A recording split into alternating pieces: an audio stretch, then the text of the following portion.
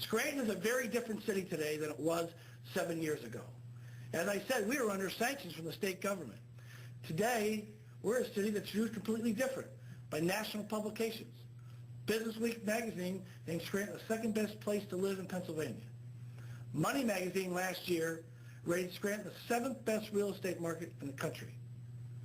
They didn't just pick us out of thin air. They looked at statistics. They looked at quality of life, and they looked at a willingness of a community, not just a leadership, but of a community willing to invest in itself, willing to take itself seriously, and willing to invest in the future.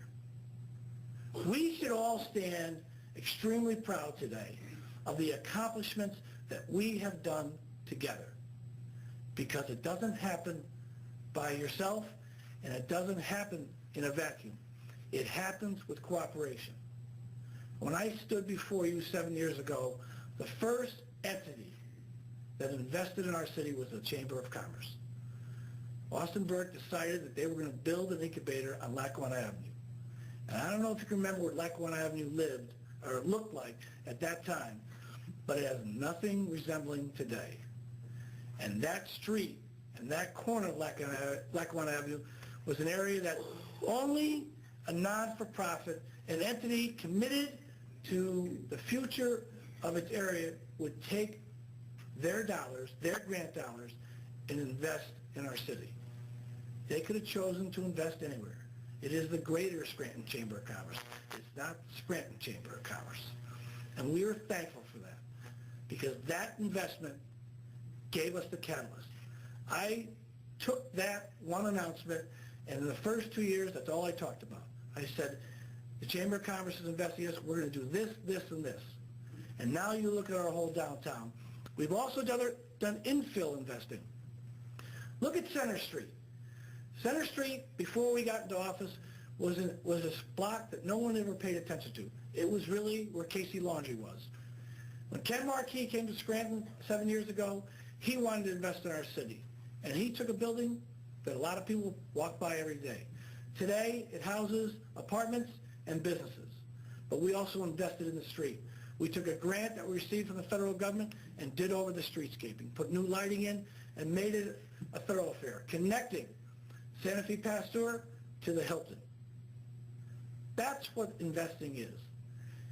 And what it really says about us is that if you look upon the dollars that we have taken in from the state and federal government in grants, it's over $100 million.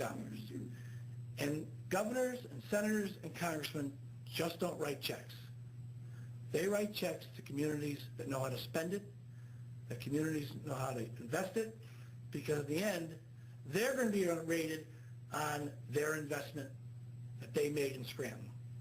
Because if we didn't follow through on it, if we didn't finish the project, they look bad. And so when we go to Harrisburg today, and when we go to Washington, they know we're a city that knows how to spend our money, we know how to invest it, and we get the projects done. President Obama last week signed the stimulus bill, and we have been prepared and working on this for the last several months. Last week, we met with PennDOT on our streets and bridge projects. We gave them a list of the streets that we want paved, and the monies that we could use for our bridge projects. Now, the streets projects that you can use the federal government money for are only for federal roads inside your city. We have a lot of them. They're called K routes. And we will expect to get over $1.2 million that we will be using for paving in our city. We'll also use almost $500,000 for repairment of bridges. Other parts of the stimulus package that we'll see in our city is for housing. Our housing authority has already been prepared to receive an additional $2 million that will be used in capital projects, primarily Washington Plaza. We will start the renovation of Washington Plaza this year. But we were prepared. We knew what we had to do. President Obama set aside $1 billion for block grants. That will mean $1 million more for Scranton. We are already preparing our list, so when we send out our advertising in July of this year for 2010, we will be ready to invest our money. When you work hard, when you're prepared, and when you plan, you can take advantage of what comes in front of you. That's the difference in Scranton today than 7 years ago.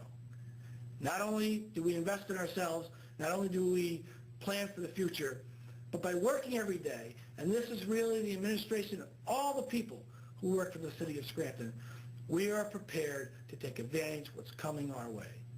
Because every city could use these dollars, but only some cities get those dollars. And the ones that get them are the ones that could be able to get there first and be prepared. As I